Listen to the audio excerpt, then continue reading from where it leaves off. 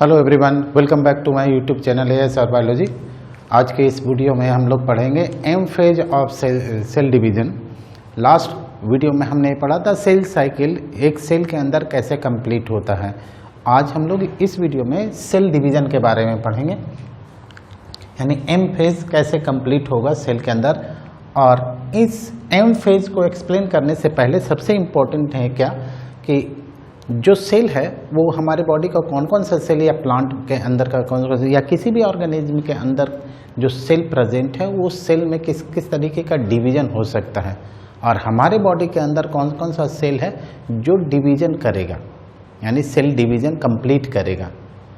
तो कुछ सेल्स हमारे बॉडी के ऐसे हैं जो हाईली प्रोलिफरेटिंग है, यानी जिसमें डिवीजन बहुत फास्ट होता है, और कुछ सेल्स ऐसे हैं जो इनएक्टिव स्टेज में रहेंगे, उसे स्टिमुलेट करने के बाद वो अपना सेल डिवीजन कंप्लीट करेंगे। और कुछ सेल ऐसा मिलेगा हमारे बॉडी में जो डिवाइड ही नहीं करता हो, यानी वो जीनोट स्टेज में चला जाता है, इनएक्टिव स्टेज में रहेगा, मेटाबॉलिकली वो एक्टिव होगा लेकिन वो डिवाइड नहीं करता है, यानी वो डिफरेंशिएटेड सेल्स होगा, मैच्योर्ड सेल होगा जो स्पेसिफिक रोल प्ले करेगा बॉडी के अंदर, यानी खास प्रकार का काम करेगा।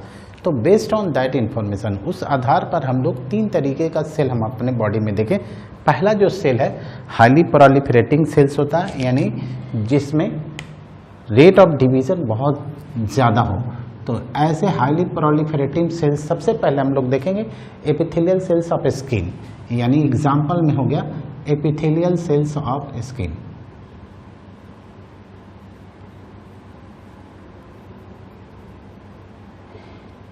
दूसरा जो हमारे बॉडी का सेल्स है जिसमें ज़्यादा डिवीजन होगा, जैसे हमारे एलिमेंट्री कैनाल में हमेशा सेल्स जो होता है वो रिपेयर होता रहता है, टूटता रहता है, डिवाइड करता रहता है, डेथ होता रहता है। तो उसमें GIT सेल्स हम लोग देखें, GIT sales.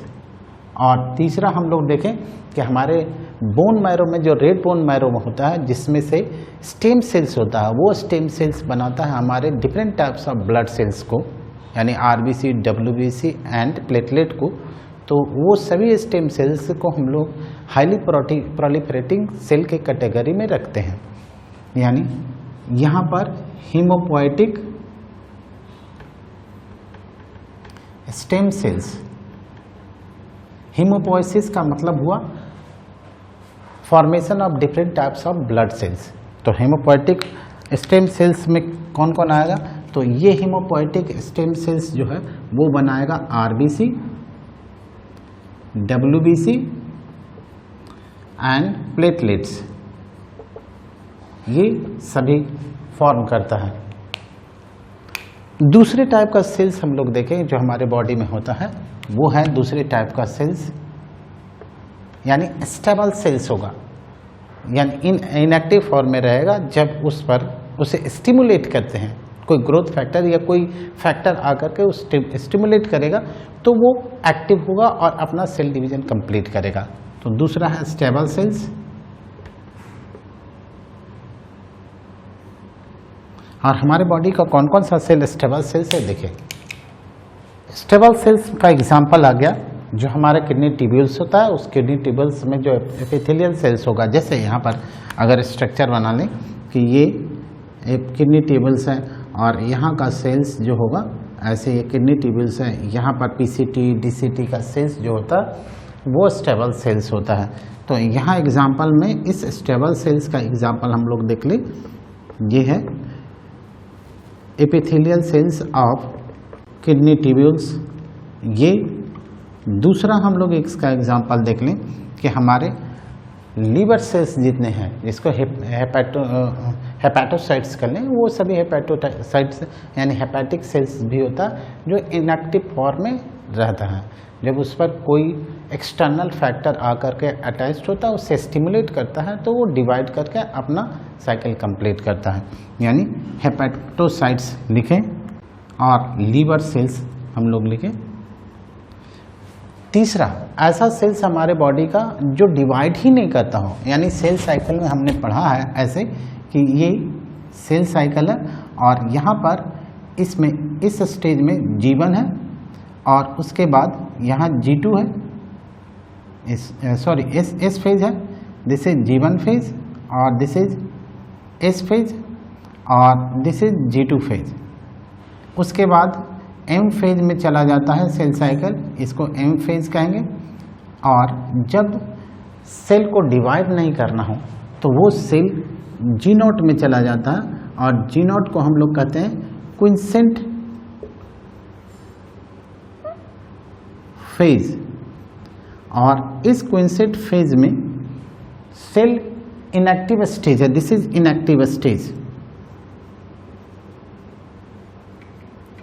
But cells are metabolically active.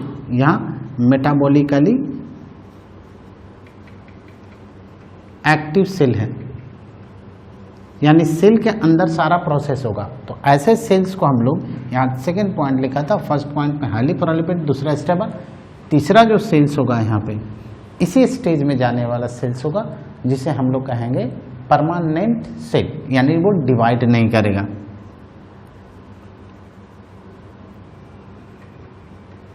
Sales, और ये सेल्स से मेटाबॉलिकली एक्टिव होगा, लेकिन मैच्योर्ड सेल्स है, यानी डिफरेंशिएटेड सेल्स हो गया। इसको लिखें डिफरेंशिएटेड सेल्स ऑफ बॉडी।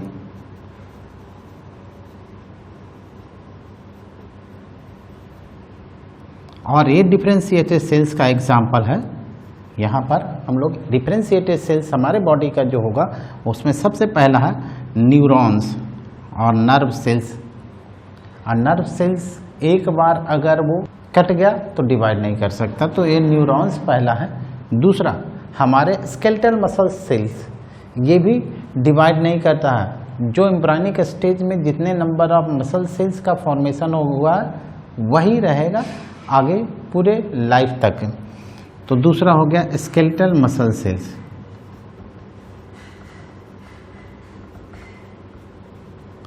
और तीसरा यानी स्केलेटल मसल सेल में जो आप ग्रोथ देखते हैं वो वॉल्यूमेट्रिक ग्रोथ है, वो सेल डिवीजन के कारण इंक्रीज इन नंबर नहीं, इंक्रीज इन मास होता है, यानी वॉल्यूम में ग्रोथ होता है। न्यूट्रिएंट्स जब साइटोप्लाज्म में जाता है तो उसका वॉल्यूम इंक्रीज करता है, साइटोप्लाज्मिक ग्रोथ हो गया।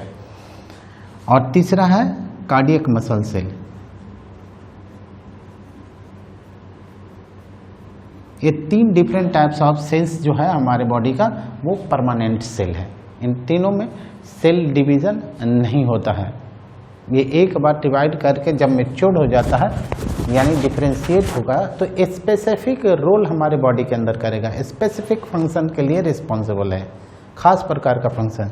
जैसे न्यूरॉन का है conduction and transmission of nerve impulse. दूसरा स्केलेटल मसल सेल जो है हमारे लोकोमोशन एंड मूवमेंट में हेल्प करने वाला सेल्स है, जिससे मसल्स का फॉर्मेशन होगा, मसल टिश्यू का फॉर्मेशन होगा।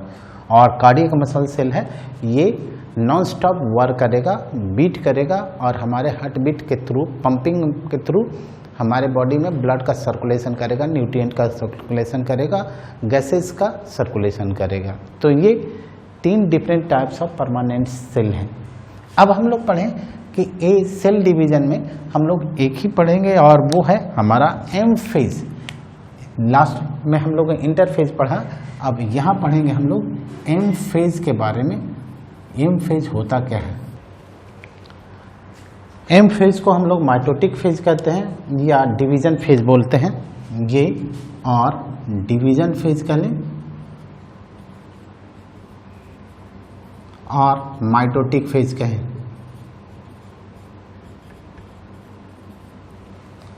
इस एम फेज और माइटोटिक फेज में होता क्या है, मोस्ट ड्रामेटिक फेज कहते हैं इसको, यानी इसमें रीऑर्गेनाइजेशन होगा, जो सेल ऑर्गेनाइज था उसका रीऑर्गेनाइजेशन होगा।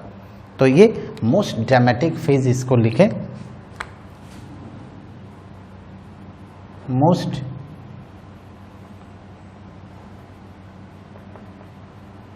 Phase of cell division.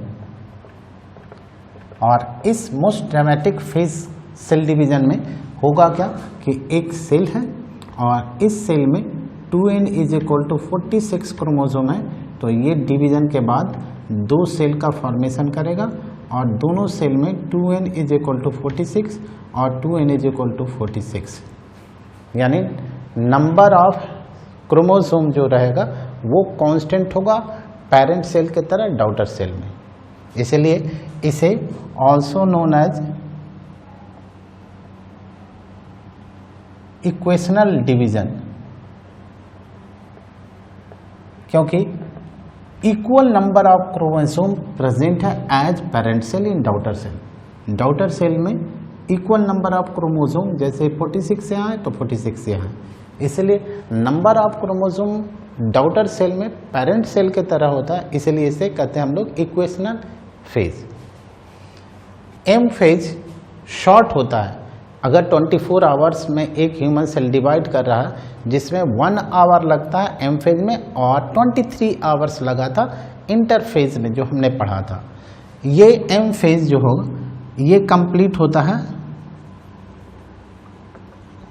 इन 2 सब स्टेजेस है। और इसमें हम लोग पढ़ेंगे पहला कैरियोकाइनेसिस। कैरियोकाइनेसिस का मतलब ये कैरियो मीन्स न्यूक्लियस, ये न्यूक्लियस है। पहले न्यूक्लियर डिवीजन होगा और न्यूक्लियस के अंदर जितने भी कंटेंट होगा वो कैसे डिवाइड करता है, यानी क्रोमोसोम कैसे डिवाइड करता है वो डिवीजन होगा। उसके बाद साइटोकाइनेसिस यानी डिवीजन ऑफ साइटोप्लाज्म, यहाँ लिखेंगे डिवीजन ऑफ न्यूक्लियस और यहाँ डिवीजन ऑफ साइटोप्लाज्म।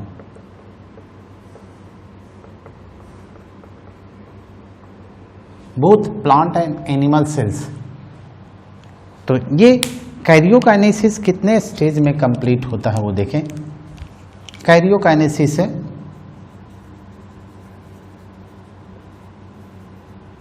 और कैरियोकाइनेसिस डिवीजन ऑफ न्यूक्लियस में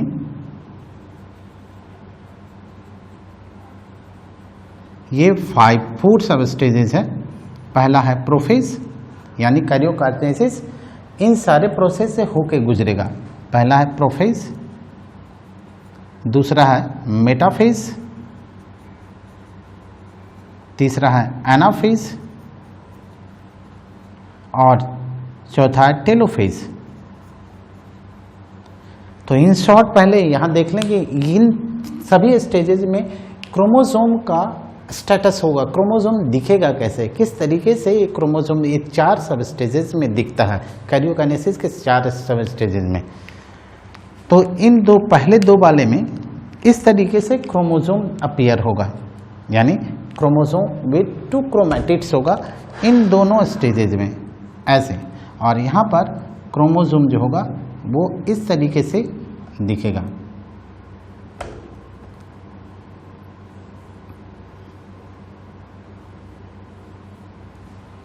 क्रोमोसोम विथ 2 क्रोमैटिड्स, जबकि यहाँ पर इस स्टेज में यहाँ ऐसे हम लोग देख लें इस तरीके का होगा और इसको कहेंगे क्रोमोसोम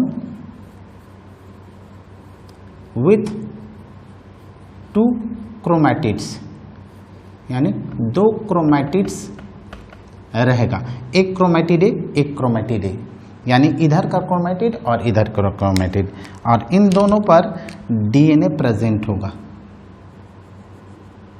यहाँ पर भी डीएनए ऐसे प्रेजेंट होगा और इस डीएनए में एक स्ट्रैंड, इसमें भी एक स्ट्रैंड पेरेंट का होगा और एक नया होगा, न्यू होगा।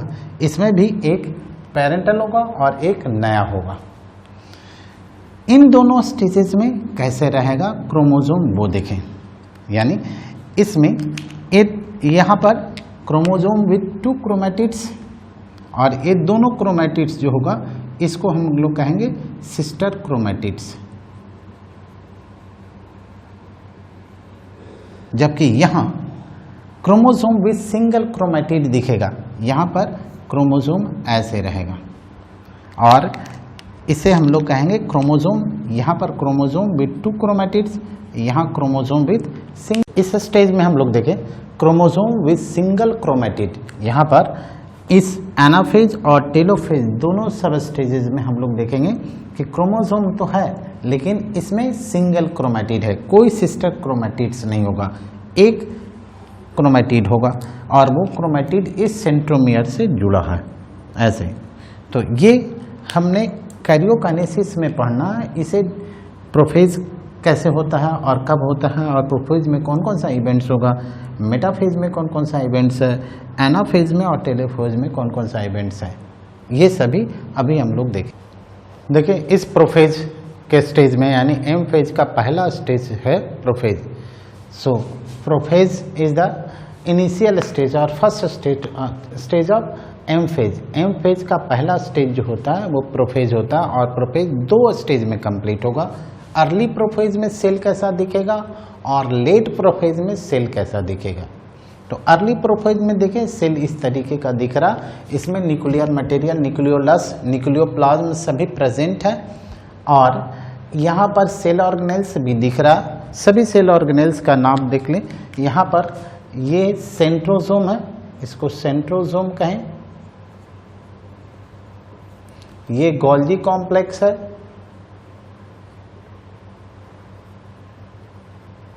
ये ईआर है, ये न्यूक्लियस यानी न्यूक्लियस के अंदर जितने भी मटेरियल होगा ये सभी प्रेजेंट होगा। क्रोमैटिन थ्रेड होगा,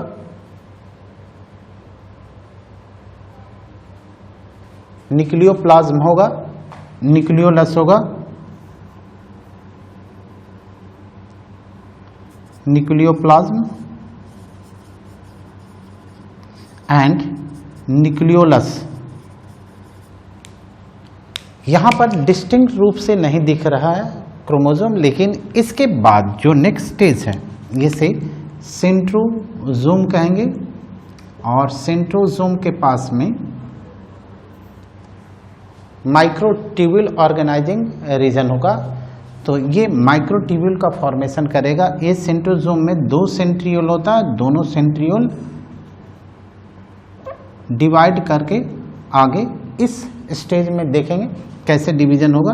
ये 2 सेंट्रियोल होगा।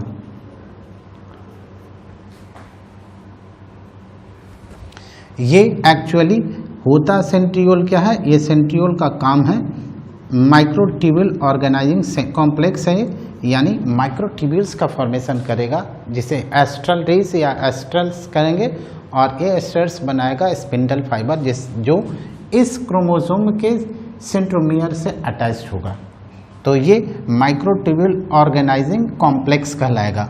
अब देखिए अर्ली स्टेज के बाद यहाँ पर इस स्टेज में कंडेंसेशन होगा। कंडेंसेशन का मीनिंग यहाँ पर डिहाइड्रेशन के साथ होगा।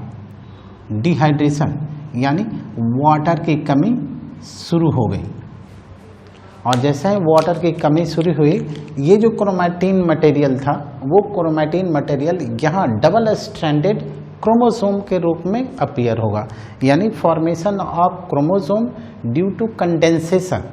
और कंडेंसेशन के बाद यानी chromatin material will condensed into chromosome, chromosome के रूप में ये कंडेंस्ड होगा। जो डीएनए मटेरियल था इस फेज में जो डीएनए सिंथेसिस हुआ था, G2 में जो डीएनए था वैसा ही डीएनए इस स्टेज में भी दिखेगा। तो यहाँ पर लेट प्रोफेज में देखेंगे कि ये जो यहाँ पर क्रोमोसोम कैसा दिख रहा है। लेट प्रोफेज में chromosome condensed into in double stranded chromatin, not chromosome, chromatin materials condensed into double stranded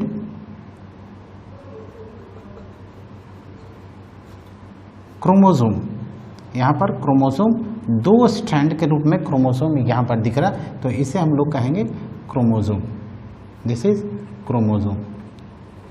और दूसरा होगा जो सेंट्रियोल होगा, वो सेंट्रोसोम से अलग होकर के सेंट्रियोल 2 अलग अलग पार्ट में ऐसे ये बढ़ जाएगा और दोनों अपोजिट पोल पर माइग्रेट करेगा। एक इधर माइग्रेट करेगा और एक इस पोल पर, यानी एक पोल है और इधर पोल है और दोनों पोल पर ये सेंट्रियोल ऐसे। और इसे हम लोग देखें यहाँ पर ये सेंट्रियोल है, 2 सेंट्रियोल विथ एस्ट्रल रेज। तो ये कहलाएगा माइटोटिक कॉम्प्लेक्स का फॉर्मेशन करेगा। यहाँ पर ये देखें, ये सेंट्रियोल है और इस सेंट्रियोल में ये जो थ्रेड देख रहे हैं इसको कहते हैं एस्ट्रल रेज। एनिमल सेल में ये सेंट्रियोल प्रेजेंट है, इसलिए एस्ट्रल कॉम्प्लेक्स यानी माइटोटिक कॉम्प्लेक्स का फॉर्मेशन होगा। लेकिन प्लांट सेल में माइटोटिक कॉम्प्लेक्स से एस्ट्रल रेज के साथ नहीं होगा, उसमें जो मैकेनिज्म होता है वो अलग होता है, एनेस्ट्रल फॉर्म होगा। एस्ट्रल रेज का फॉर्मेशन, एस्ट्रल रेज बनाएगा क्या, स्पिंडल फाइबर का फॉर्मेशन करेगा, इसलिए इसको कहते हैं microtubule organizing complex. A microtubule organizing, this is microtubule, और ये बनाएगा स्पिंडल फाइबर, और वो स्पिंडल फाइबर इस क्रोमोसोम के सेंट्रोमियर से अटैच होगा, यानी फॉर्म्स स्पिंडल फाइबर। ये स्पिंडल फाइबर का फॉर्मेशन करेगा।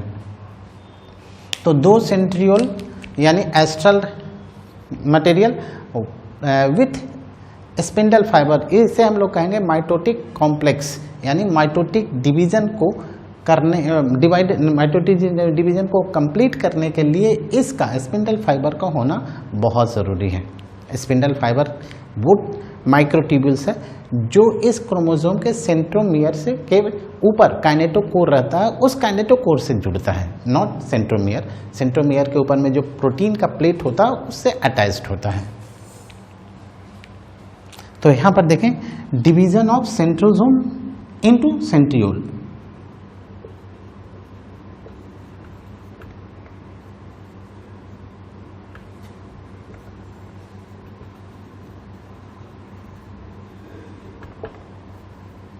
centriole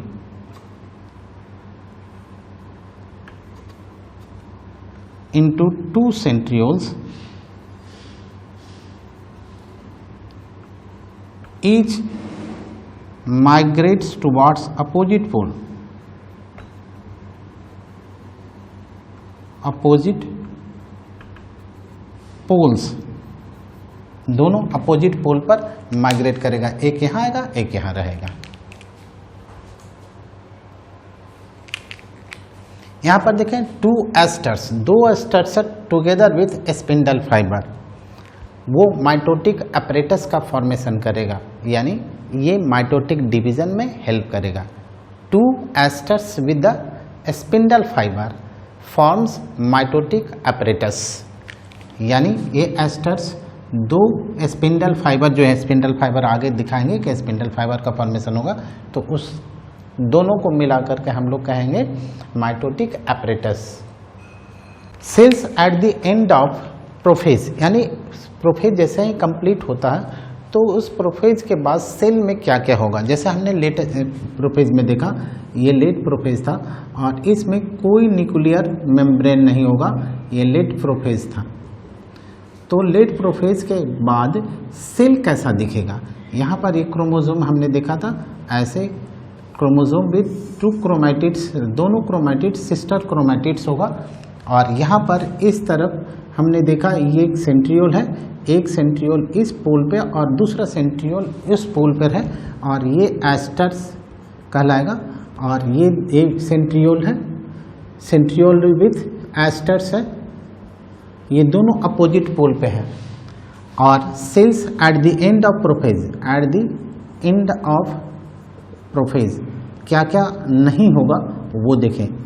प्रोफेज के अंत में पहला न्यूक्लियोलस, न्यूक्लियर मेम्ब्रेन,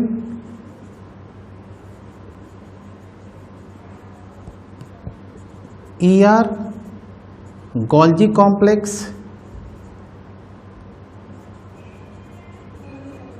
ये सभी डिसअपियर हो जाता है, ऑल डिसअपियर्स।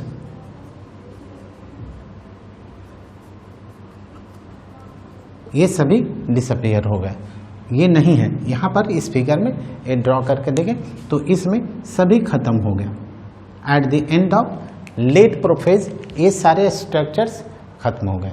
इसके बाद हम लोग चले आए नेक्स्ट मेटाफेज में।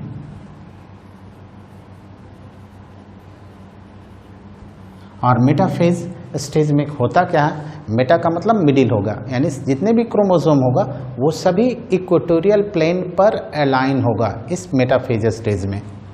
ये मेटाफेज स्टेज का सेल है और इस सेल में देखें कि जितने भी न्यूक्लियर इनवेलप था सभी डिसइंटीग्रेट हो गया, कोई भी न्यूक्लियर मटेरियल या न्यूक्लियर इनवेलप इस स्टेज में विजिबल नहीं है। अब जब ये सभी इस स्टेज में पहुंच गया, ये मेटाफेजिक स्टेज है, सेल्स इन मेटाफेज है, और इस मेटाफेज में ऐसा कह सकते हैं कि जितने भी क्रोमोसोम्स हैं वो डबल स्ट्रैंडेड क्रोमोसोम, सभी क्रोमोसोम सेल के साइटोप्लाज्म में है। अब न्यूक्लियोप्लाज्म नहीं है तो सेल के साइटोप्लाज्म में आ गया है, और इस स्टेज में जितने भी क्रोमोसोम हैं वो इस इक्वेटोरियल प्लेन पर अलाइंड है। इसे हम लोग कहते हैं, ये जो स्टेज है यहाँ से यहाँ तक, इसको कह सकते हैं हम लोग, ये मेटाफेजिक प्लेट कहलाता है। ये इक्वेटर है, इक्वेटर, और इस इक्वेटर को हम लोग कहेंगे मेटाफेजिक प्लेट, यानी जहाँ पर ये इक्वेटर पे अलाइंड है क्रोमोसोम तो उसे हम लोग कहते हैं मेटाफेजिक प्लेट। इसे क्या कहेंगे, मेटाफेजिक प्लेट पर है, यानी all the chromosomes are aligned at metaphasic plate और इक्वेटोरियल प्लेट, ये मेटाफेजिक प्लेट है। और ध्यान से सुनेंगे कि यहाँ पर जब इक्वेटोरियल प्लेन पे आ जाता है सारे क्रोमोसोम, तब यहाँ पर माइक्रोस्कोप में हम इसे बेस्ट विजिबल होता है, ये बेस्ट हम लोग इजीली स्टडी कर सकते हैं क्रोमोसोम के पूरे स्ट्रक्चर्स को।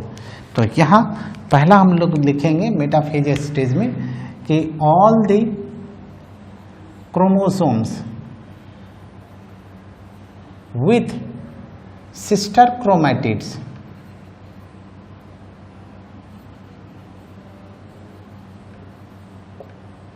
aligned at equatorial plane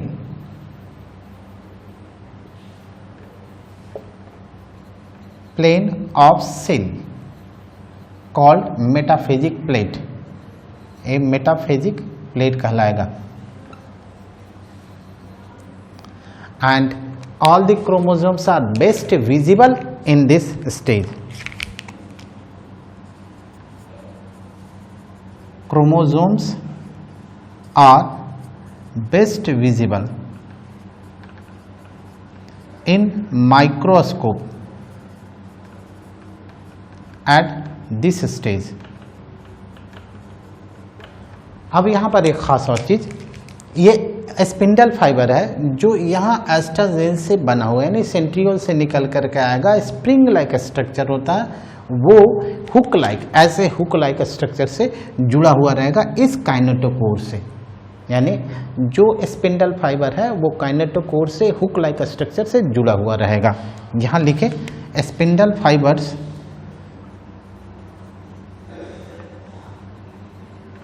are joined with kinetochore of each chromosomes, सभी क्रोमोसोम के काइनेटोकोर से हुक लाइक स्ट्रक्चर से जुड़ा हुआ रहेगा।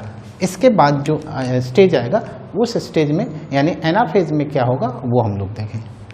तो लास्ट स्टेज में हमने देखा मेटाफेज में, मेटाफेज में हमने ये देखा क्या कि जितने भी क्रोमोसोम है वो इक्वेटोरियल प्लेन पर आकर के अलाइन हो गया है, alignment of all the chromosomes at equatorial plane, जिसे हम लोग मेटाफेजिक प्लेट भी कहते हैं। मेटाफेज स्टेज में है, इक्वेटोरियल प्लेन है, इसलिए हम लोग इसे कहेंगे मेटाफेजिक प्लेट।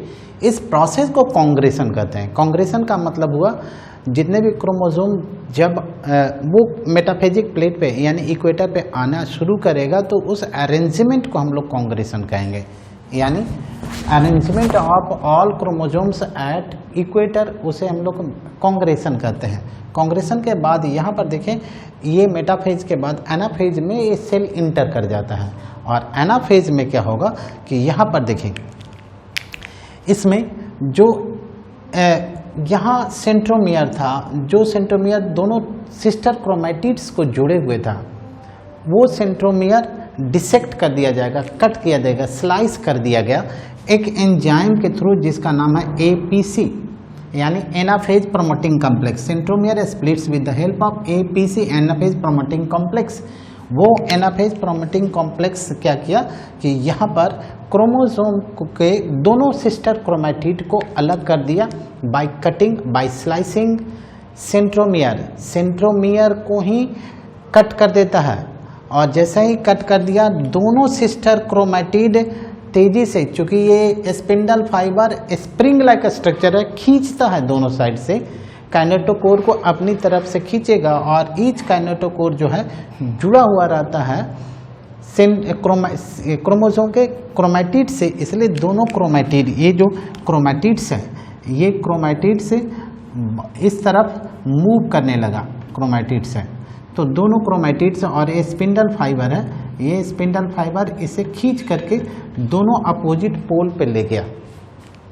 ठीक है, तो ये अपोजिट पोल पर ले जाने के कारण अब इस सेल के अंदर साइटोप्लाज्म का डिवीजन अभी नहीं हुआ है। सेंट्रोमियर कितना हो गया? सेंट्रोमियर यानी ये जो बीच में आप देख रहे हैं ग्रीन कलर का सेंट्रोमियर, इस सेंट्रोमियर का नंबर कितना हो गया? यहाँ पर ये देखें, ये सेंट्रोमियर है, सेंट्रोमियर। तो इस सेंट्रोमियर का नंबर कितना हो गया? अब इस सेल के अंदर सेंट्रोमियर का नंबर काउंट करें, 1 2 3 4, 4 सेंट्रोमियर हो गया। और जितना सेंट्रोमियर होता है उतना ही नंबर ऑफ क्रोमोसोम होता है। तो एनाफेज में जो क्रोमोसोम है वो कितना हो गया? तो शुरू में हमने लिया था 2 क्रोमोसोम, क्योंकि यहाँ पर 2 ही सेंट्रोमियर है, और एनाफेज में जो होगा क्रोमोसोम का नंबर डबल हो गया। यहाँ पर एनाफेज में क्या होगा? Number of chromosome doubled, number of chromosomes doubled, यानी अब जो 2n कंडीशन था वो 4n कंडीशन हो गया, यानी ये 2n कंडीशन से बढ़ करके 4n कंडीशन हो गया।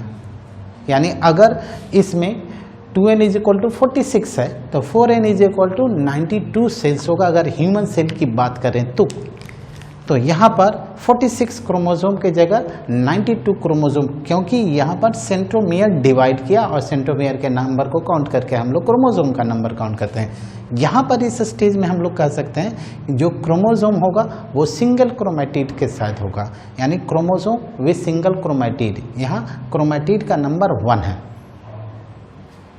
अब देखें, ईच क्रोमैटिड, जैसे ही क्रोमैटिड ये माइग्रेट होकर के अपोजिट पोल्स पे है, ये पोल है, इधर का पोल है और इधर दोनों पोल है, इधर पोल है। ये पोल जो होता है हमेशा याद रखेंगे, ये पोल जो होगा वो निगेटिव होगा और ये पॉजिटिव। तो ये जो पोल होता है हमेशा, ये जो हम लोग पोल देख रहे हैं, पोल हमेशा निगेटिव होता है, जबकि ये इक्वेटर जो होगा, ये इक्वेटर है और इक्वेटर हमेशा पॉजिटिव, यहाँ पॉजिटिव लिखेंगे। तो ये पॉजिटिव और निगेटिव की ओर अट्रैक्शन हुआ, तो ये मूव करके चला जाएगा। APC जैसे ही स्लाइस किया सेंट्रोमियर को, ये एंजाइम स्लाइस किया सेंट्रोमियर को, दोनों सिस्टर क्रोमैटिड अलग हो गया और दोनों सिस्टर क्रोमैटिड दोनों माइग्रेट करके दोनों opposite pole of this cell चला गया, सेल के इस पोल पर और सेल के उस पोल पर। अब खास चीज़ क्या है, ये सेंट्रोमियर इस क्रोमैटिड के पोजीशन पर डिपेंड करता है कि किस पोजीशंस में सेंट्रोमियर है। क्या दोनों आर्म इक्वल है? इस सेंट्रोमियर के दोनों साइड आर्म जो होता है वो इक्वल है। अगर इक्वल होगा तो वी शेप्ड अपीयर होगा, अगर अनइक्वल है तो ये डिफरेंट शेप में अपीयर होगा। ये जो क्रोमैटिड्स होगा ये इसका शेप हो सकता है वी शेप्ड, एल शेप्ड, आई शेप्ड या जे शेप्ड हो सकता है। ऐसे डिफरेंट शेप में होगा। वो डिपेंड करेगा कि सेंट्रोमियर का पोजीशन क्रोमैटिड में कहाँ पर है। इसलिए यहाँ लिखा each chromatid appears as V, L, J and I shaped depending upon position of centromere within chromosome with single chromatid. तो ये हमने देखा क्या कि ये एनाफेजिक स्टेज है। टेलोफेज में देखते हैं कि टेलोफेज में क्या होगा। टेलोफेज को रिवर्स ऑफ प्रोफेज कहते हैं, यानी जो इवेंट्स प्रोफेज स्टेज में हुआ था वो सभी इवेंट्स अपोजिट इस टेलोफेज में होगा। मीन्स जो प्रोफेज में हमने देखा था कि यहाँ डिहाइड्रेशन सेल के अंदर होगा, तब क्रोमैटिन मटेरियल जो था वो कंडेंस होकर के डबल स्ट्रैंडेड क्रोमोसोम में टर्न हुआ। यहाँ पर डीकंडेंसेशन इन क्रोमोसोम हुआ। अब यहाँ पर क्रोमोसोम जो है दो न्यूक्लियस का, सबसे पहले यहाँ पर देखें कि रिवर्स ऑफ प्रोफेज का मतलब हुआ क्या कि यहाँ पर न्यूक्लियर इनवेलप का फॉर्मेशन हो गया, सेंट्रोसोम रीऑर्गेनाइज हुआ, न्यूक्लियोलस रीऑर्गेनाइज होगा, न्यूक्लियोप्लाज्म हुआ। जैसे ही न्यूक्लियर मेम्ब्रेन का या न्यूक्लियर इनवेलप का फॉर्मेशन हुआ, जो क्रोमोसोम एनाफेज में हमने देखा था कि डबल हो गया, अब दोनों न्यूक्लियर मेम्ब्रेन के अंदर आने के कारण जो 2n से फिर 4n से फिर 2n कंडीशंस में होगा, A2n और A2n कंडीशंस में होगा। यानी क्रोमोसोम जैसे ही ये टेलोफेज स्टेज में पहुंचा, जो क्रोमोसोम डबल हो गया था वो पहले की स्थिति में आ जाएगा 2n कंडीशंस में, यानी 92 की जगह कितना हो गया 46 क्रोमोसोम हो गया। और 46 क्रोमोसोम मेटाफेज प्रोफेज में भी था, इसलिए 46 क्रोमोसोम यहाँ टेलोफेज में भी होगा। तो यहाँ पर पहला पॉइंट हम लिख देंगे, ये रिवर्स ऑफ प्रोफेज का मतलब reorganisation of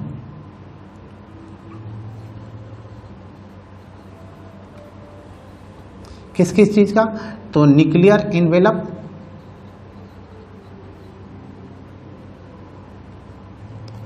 nucleolus, cell organelles जो ER, गोल्जी बॉडी, ये सब है, ER, गोल्जी कॉम्प्लेक्स, ये सभी, और decondensation in chromosome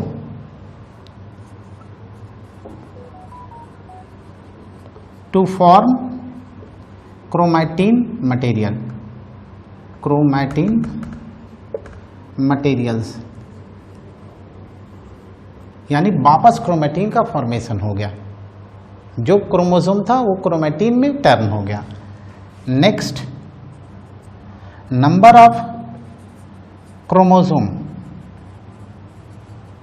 as parent cell, parent nucleus और सेल, यानी 4n से कितना आ जाएगा, फिर 2n कंडीशन हो गया, ऐसे 2n कंडीशंस में होगा, यानी वापस उसी स्थिति में आ गया। क्यों?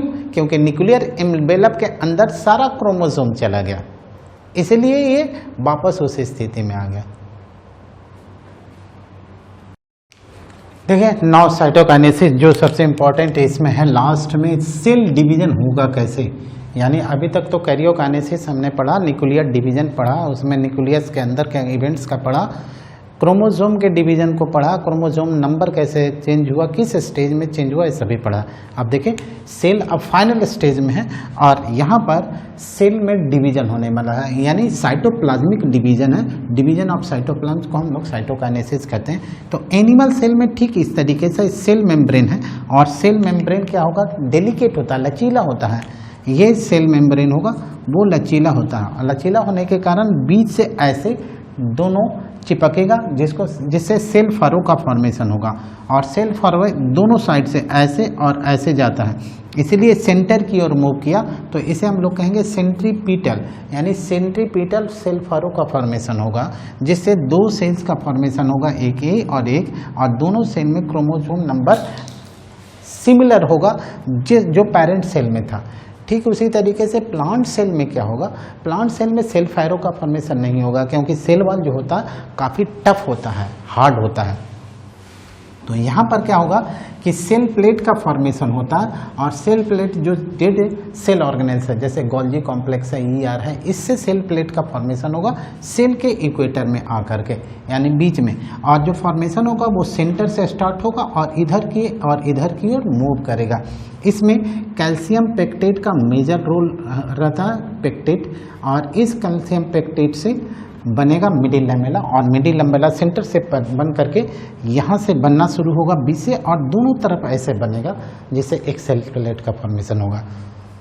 तो ये सेल प्लेट बनने के साथ ही ये दोनों सेल अलग अलग हो गया। इसमें एक वैक्यूल इधर होगा और दूसरा वैक्यूल इसमें इधर होगा, और बाकी न्यूक्लियस और nuclear membrane other cell organelles भी प्रेजेंट होगा। माइटोकॉन्ड्रिया, गोल्जी कॉम्प्लेक्स, क्लोरोप्लास्ट, यहाँ सभी होगा। यहाँ क्लोरोप्लास्ट नहीं होगा, माइटोकॉन्ड्रिया होगा, होगा, गोल्जी कॉम्प्लेक्स होगा, सभी सेल ऑर्गेनेल होगा।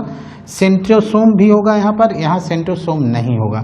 यहाँ पर देखें हमने सेंट्रोसोम दिखाया है और सेंट्रोसोम वहाँ पर प्रेजेंट नहीं होता है, क्योंकि यहाँ पर एनएस्ट्रल माइटोटिक डिवीजन होता है। बिना एस्ट्रल रे का फॉर्मेशन के बगैर ही इसमें माइटोटिक डिवीजन हुआ, सेल प्लेट के मदद से होगा।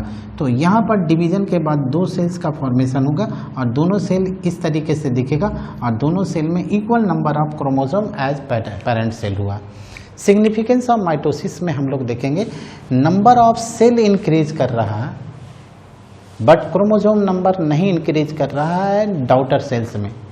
तो इसका काम हुआ नंबर ऑफ सेल का बनाना, जिससे सेल यानी इंजर्ड टिश्यू में हीलिंग में मदद करेगा, ग्रोथ में मदद करेगा। नंबर ऑफ सेल इंक्रीज करा करके सेल बॉडी ग्रोथ में, प्लांट और एनिमल ग्रोथ में जो ग्रोथ होता है उसमें मदद करेगा ये। तो इस तरीके से माइटोटिक डिवीजन कंप्लीट होता है एक एनिमल और प्लांट सेल के अंदर। किसी भी सेल के अंदर ये माइटोटिक डिवीजन इसी तरीके से कंप्लीट होगा। होप आपको ये वीडियो अच्छा लगा होगा। अगर आपको अच्छा लगता है तो कमेंट बॉक्स में जाकर के मुझे कमेंट कर बताएं कि आपको ये वीडियो कैसा लगा, ताकि मैं आगे भी और अच्छे अच्छे वीडियोज आपको प्रोवाइड कर सकें।